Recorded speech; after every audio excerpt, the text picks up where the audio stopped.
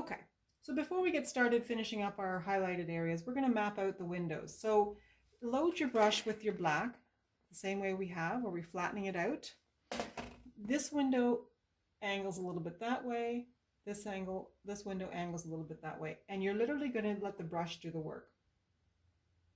So you put the brush on the canvas, turn it a little bit, and just pull it down, and then lift it off. So there's window number 1, and you do the same thing down here. Window number 2. While your brush is wet, go into a little bit of your white, even though it has black on it. We're going to go into a little bit of our whites, a little bit of a trick here. And we're just going to add a little bit of a highlight area. So we know that it'll be coming on to this side of this window, we'll have a highlight. And this side of this window will have a little bit of a highlight. You're just pulling the paint through.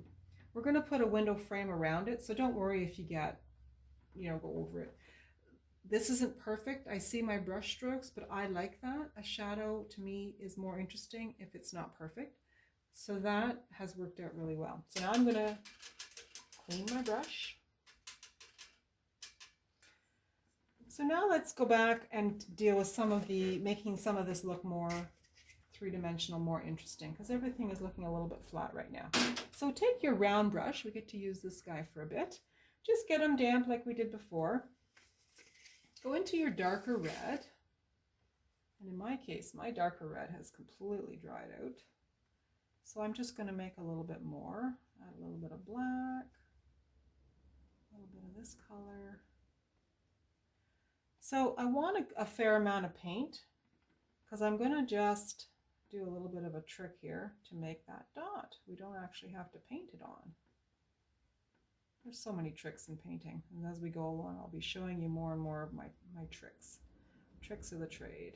Oh, now I've got that too dark. If you've got it too dark, you start again. I'm going to actually wipe off my brush, and then I'm going to start again because that just got too dark. I'm going to go up here. I got a little bit of space here. I'll grab a little bit of this to bring into this pile, but okay, that's better.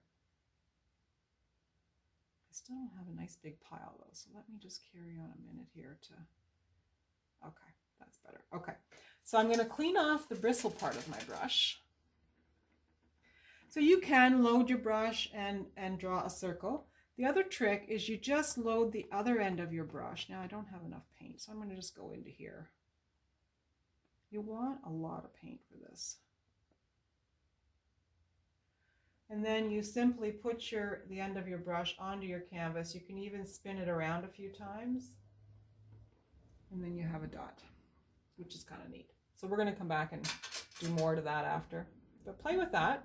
Get yourself a cap for your roof.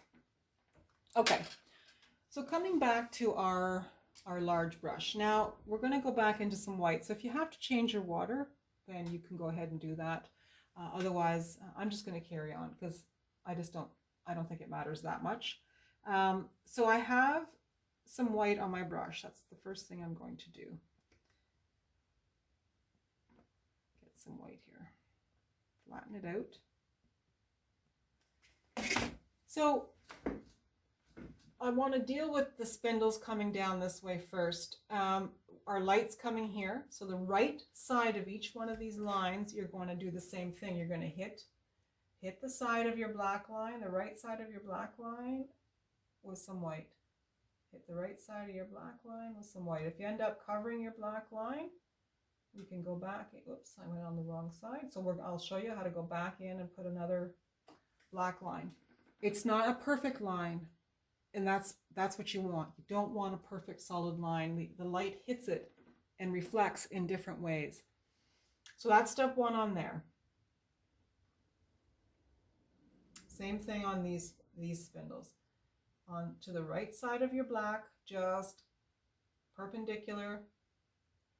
This one will be this side and this side.